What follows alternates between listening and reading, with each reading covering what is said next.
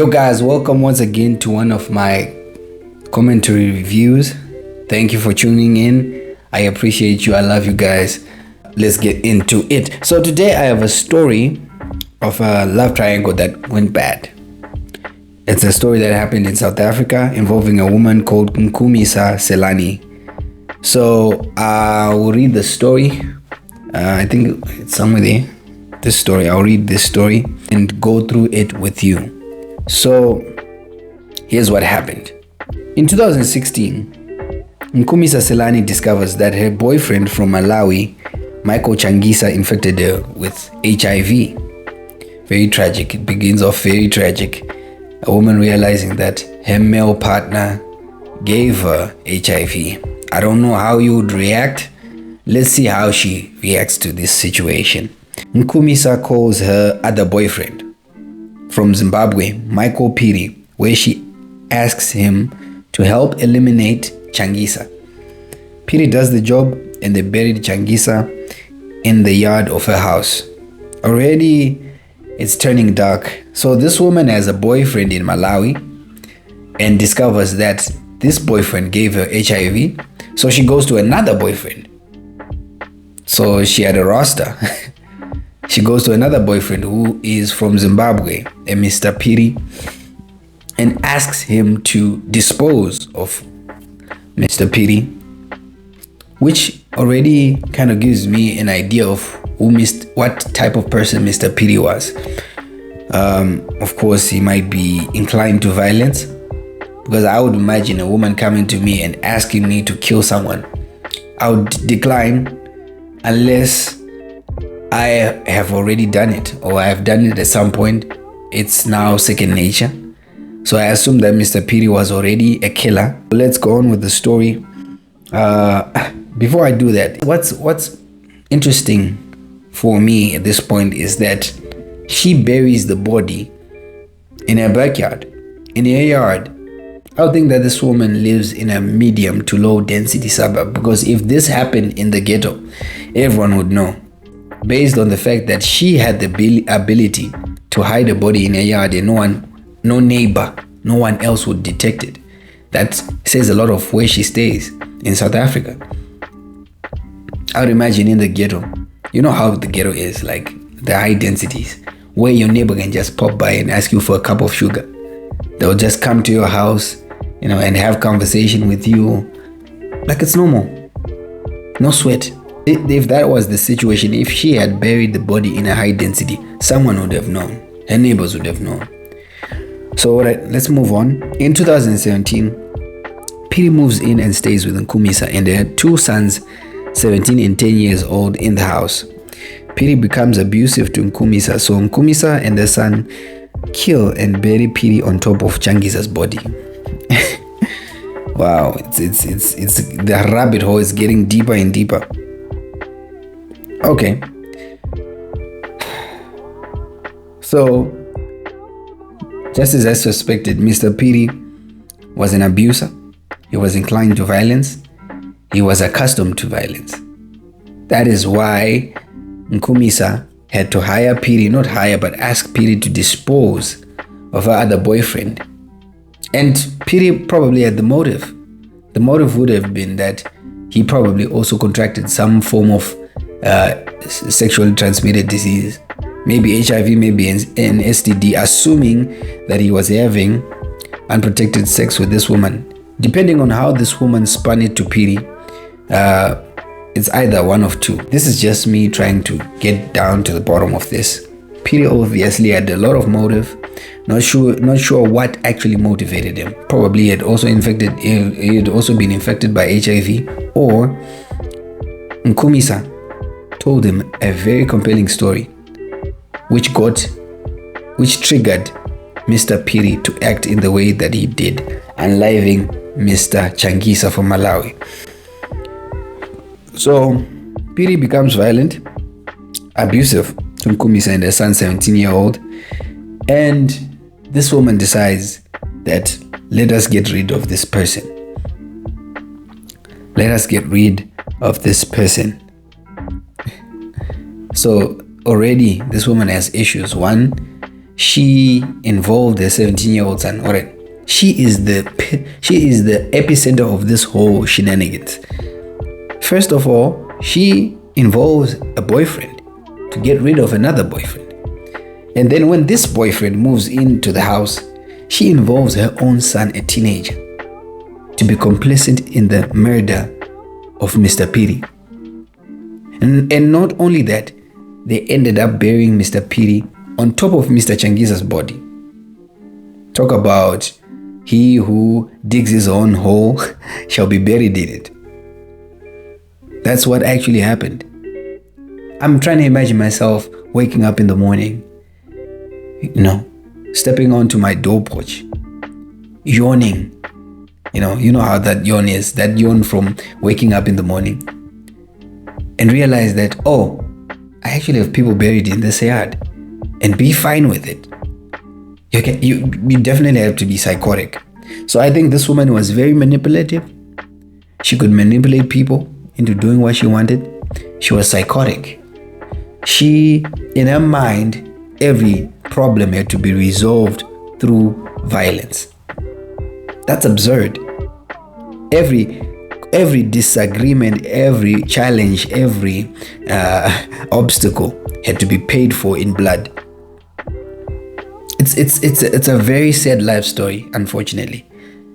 And also having to involve a 17-year-old child, the burden of always thinking and reliving that event that I killed someone.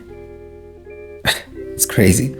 So in 2018, the 17-year-old son becomes a heavy drug user, and he constantly blackmails Nkumisa after asking money for drugs, threatening to tell the police what they did to Piri. Nkumisa decides to get out of the mess by killing her son and burying him on top of Piri's body. Wow, so now we have 3 bodies in one grave. And still she's the epicenter of that whole shenanigans, of that whole dilemma. I sympathize with the 17-year-old because with the guilt of taking another person's life, he had to find some way to cope with it. There's a lot of trauma, there's a lot of emotional instability, a lot of memories. It's traumatic going through that experience as a young person, even as an old person. No one should go through that experience. So what did he do to cope with that anxiety, that stress, that guilt? He ended up taking drugs. Most of the people that we refer to as drug addicts in society, and we ostracize them, and we neglect them, and we cut them out from society, most of these people need counseling. They're dealing with a certain trauma. It's unfortunate that they have to escape through drug abuse. Unfortunately, people have to find a way of coping with trauma and what they go through. So we also have to have a bit of empathy with the people in our communities that are taking drugs, who we have labeled drug addicts. We also need to sympathize with them, help them get back on their feet, and also realize that they are going through something. That's why there's a cause and effect to it. They're doing this because of that. This woman is crazy. Definitely, she's psychotic. She's I don't know. I'm failing to come up with the words that actually describe her. She's evil. Kills her own son. Like I said, she has found a conflict resolution strategy that ends up in blood. She ends up burying her 17-year-old son in one grave on top of Changisa and Piri, and now her son in her yard. And look at this. This story started in 2016. It's 2016. And now we are in 2018. Which I think maybe could support my theory that she lived in a medium low density neighborhood. Probably low density. Because after 2 years, having killed 3 people in 2 years, not a neighbor found this. No neighbor could pick what was happening for 2 years. Crazy. So in 2020, so now this is 4 years from the first murder, for 2020, Nkumisa's other son, now 14, or was 10 years old before, now 14 years old, starts getting sick, so they decide to visit a traditional healer to find out what's wrong with him. During the consultation, the son tells the healer about the 3 killings that happened in the house. He believed they were connected to his sickness. The traditional healer visits the police station to report Nkumisa. She was arrested in the same year and today finally sentenced to 3 life terms. The Pretoria High Court has since sentenced Selani to 3 life terms for killing her 2 boyfriends and a 17-year-old son between 2016 and 18. Wow, this is a very tragic story that happened in South Africa. I saw this news last week. So I assume that this judgment was passed last week. If anyone knows of this case and when it actually happened, when she was actually sentenced, just let me know in the comment section. But it's very tragic that sometimes this has to happen in our society. It's tragic. It's very tragic. Even the traditional healer was like, yo, this is too much. This juju can't fix. He had to go to the police to report her. As I was doing my research for this particular topic, for this particular story, I discovered that the definition of a serial killer is someone who has killed 3 people, more than 3 people, in a specific period of time, which she has successfully satisfied. We can categorically call her a serial killer. She was a serial killer. And also, as I was also researching, I discovered that there are many reasons why people become serial killers, but most of them have to do with childhood trauma, what they experienced as a child. Maybe neglect from the parents, maybe abuse. Parents were never available. All those things contribute to creating serial killers. I feel so sorry for the last child because he had to witness all of this. He was in the bleachers, observing this, seeing this as it unfolded. What kind of traumatic experience does he have now? We really need to look out into our society and prevent these kind of issues. It takes a village to raise up a child. Everyone needs to be involved in the development of a wholesome person in the community.